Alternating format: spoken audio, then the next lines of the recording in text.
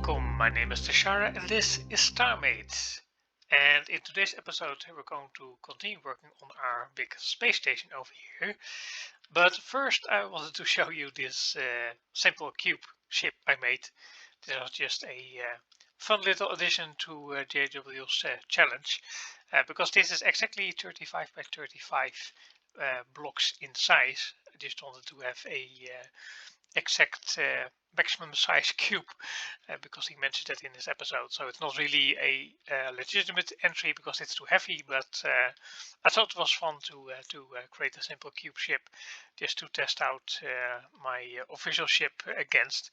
But yeah, this wins hands down because it's a lot stronger in power and weapons. So yeah, stand no chance.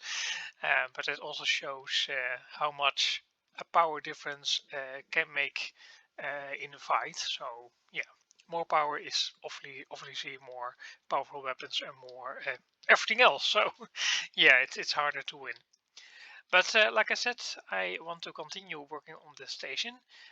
To be more specific, this industrial district or industrial hall or factory hall or whatever you want to call it, because it's very empty and I only had this single factory setup going over here last time we worked on this.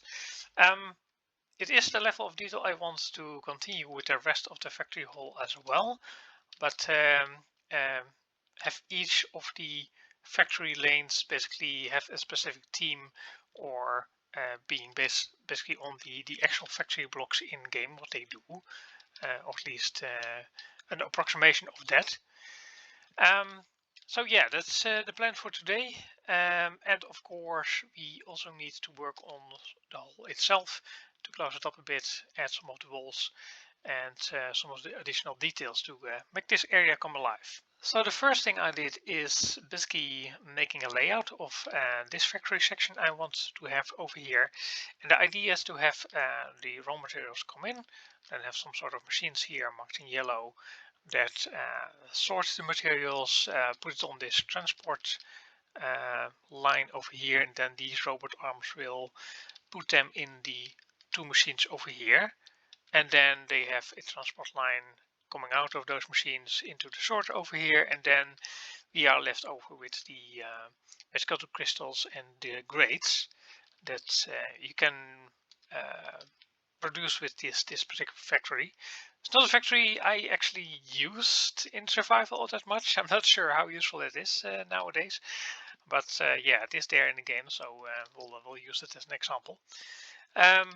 So the next step is going to have to design some of those machines and how they look and how they function, make it look a bit more practical. But before I do that, I decided to go with some of the wall designs in the back over here, just to close off this this factory hall a bit more, and basically add the windows over here that basically you can look through into the factory hall from this hallway we have laid out over here, so you can really get a good look at all the industrial activity from here. So I just have to copy it over to the rest of the hall on this side as well, and then we have a nice and enclosed space, and then we have some space below here as well we can do something with, but I'm not sure exactly what yet. But like I said, factory machines, we have to design those. And there we go.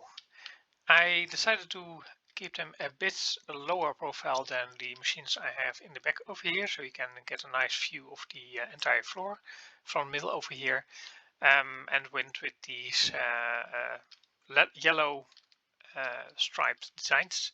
So for these machines at least, this is the sorting system, and then we get all the boxes over here. Then of course we have the robot arms over here we already had, and these will place the boxes in these presses. So this presses down and then basically produces the different types of blocks. And what I try to do is to basically show in the transport line going out of the machines that, okay, this machine produces blocks, but this machine produces blocks as well. So the distance between the blocks over here is 1 block, and then over here it's 2 blocks. So this will indicate that those and those outputs together produce more blocks on the line over here.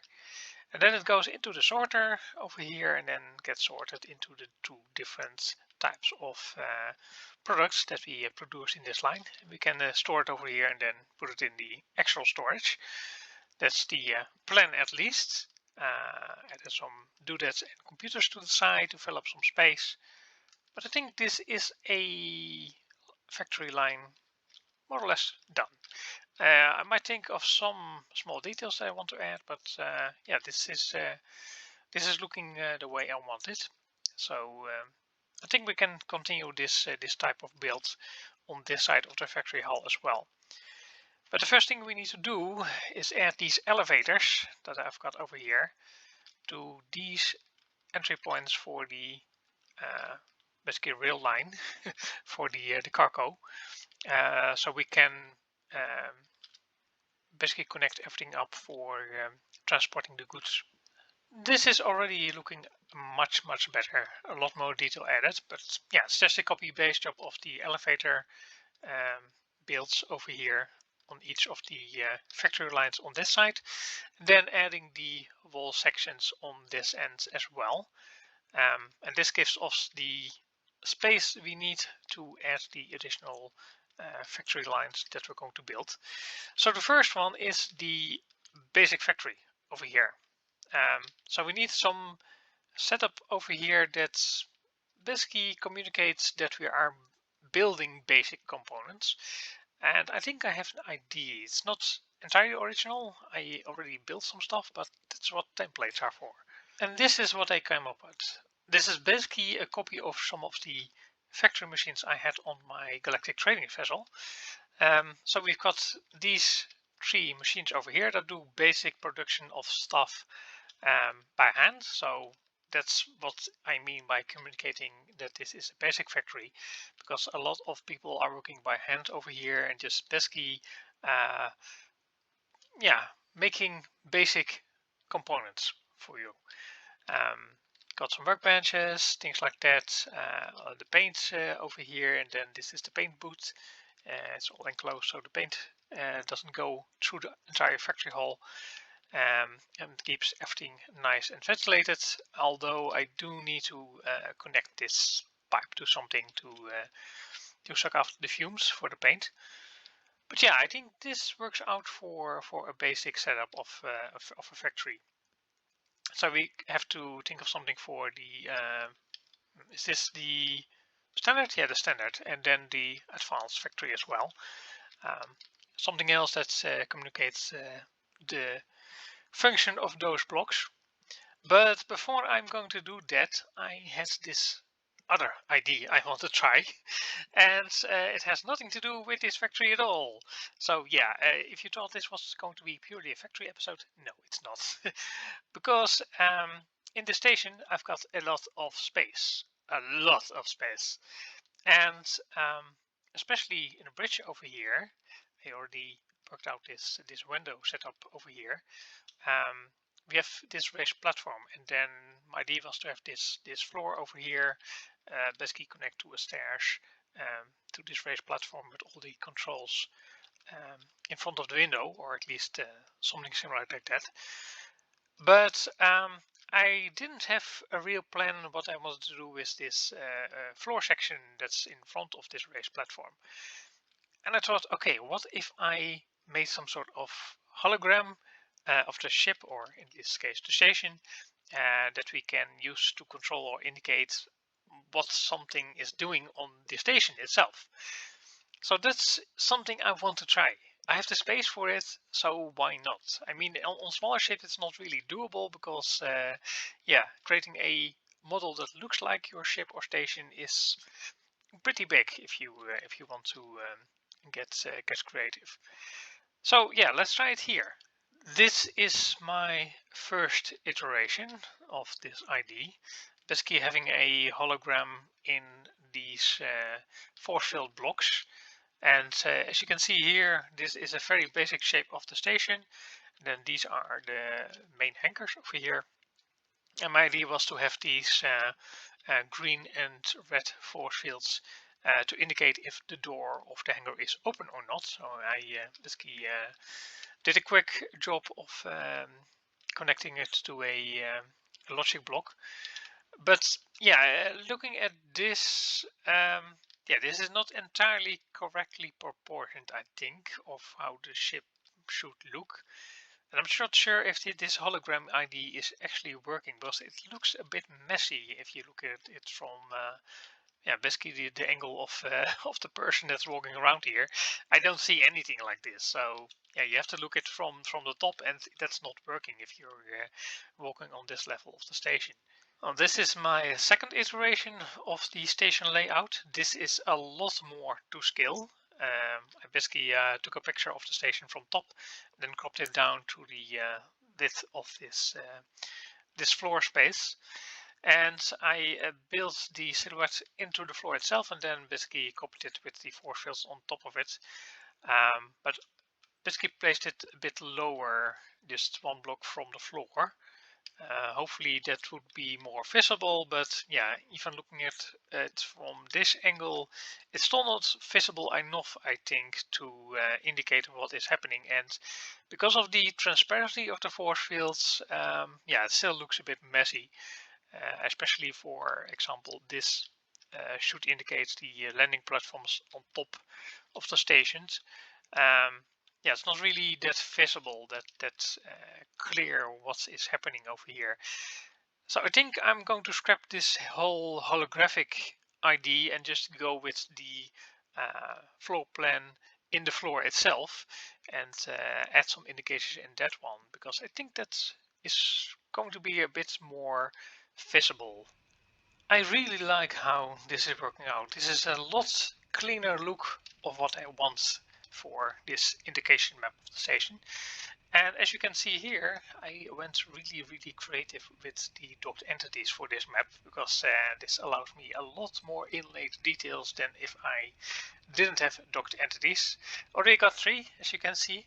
And basically if I press this button, you can see here how it basically builds up.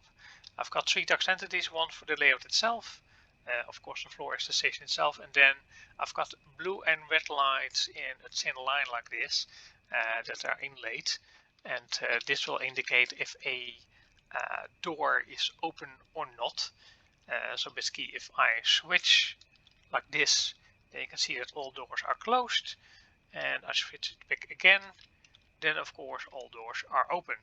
And the next step will be, of course, to connect these lights to the actual doors in the station, so we have a correlation between if a door is open in the real station and if the light is turned on or set to red, that it's closed.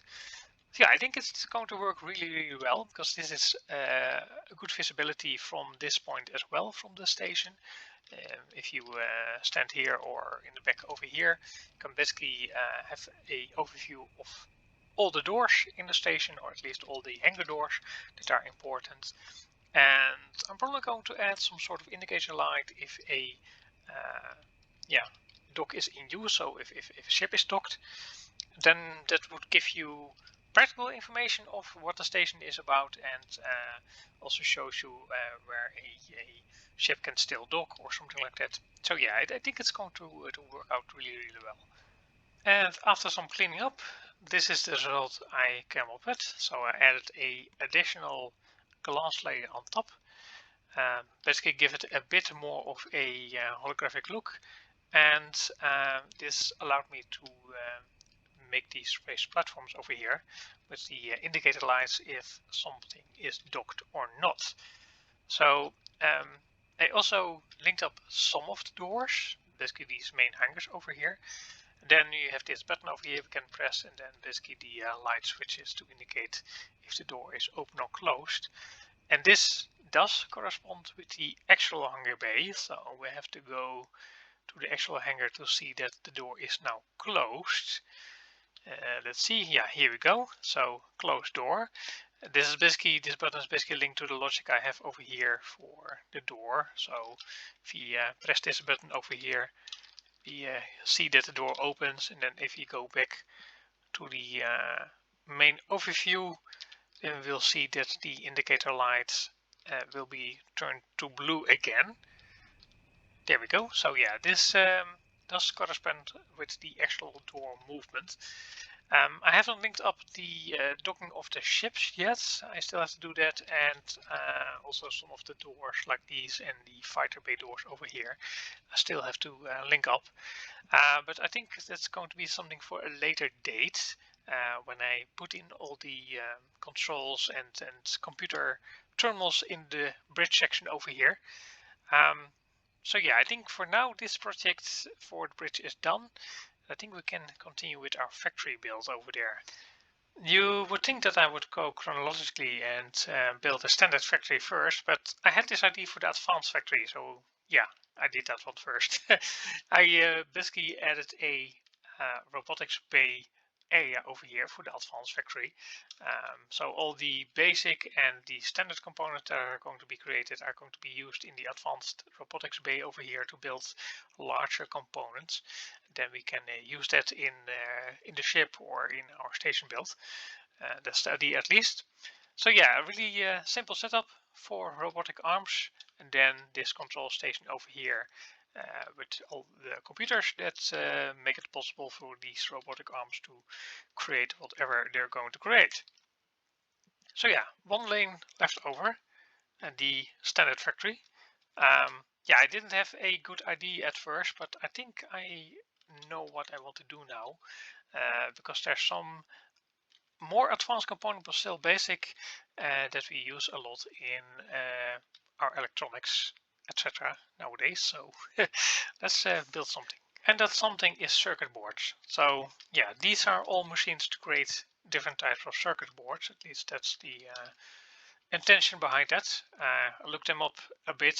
They kind of look like the machines I built over here, but they probably will be located in real life in a more sterile environment, because yeah, having these sort of machines in the middle of a huge factory hall like this is probably not realistic, but I'm going to add them anyway. So yeah, this is our indication for our standard factory, printing circuit boards. One additional thing I want to do to make this factory hall more or less complete, because it is filled out now all the way to each end, is add, really indicated in blue here, some sort of safe walkway put through, whatever you call it. Basically, if you have been in a real factory hall, you probably will see different colored lines on the floor. This indicates where you can safely walk when you traverse a hall like this. The people that work here, they work at the stations, but they know what they're doing. But if you're a visitor or whatever, you have to stay within this colored walkway to stay safe. And here we go. I decided to add this blue safe path all the way connecting from the robotics bay to this area we had below, because this is all not in use, so it's safe to walk. Then added some additional details, like for example I finally connected up this piping over here for sucking out the paint fumes. And then basically I want to add this area over here as a safe walkway as well. I had stairs going up here before, but I'm going to go for a different solution. Then you can go here and then basically go safely into the work areas from this end. So it's probably the safest path to take. Yeah, I think this really completes the functionality of this area as well. So at least looks at least that you can work here. And I only need to add the walls and then the walkway on top of here to really complete this area. But that's for another time, because I think we're going on long enough. There's a lot of different things, lots of factories and a control for the space station itself. So I'll see you next time.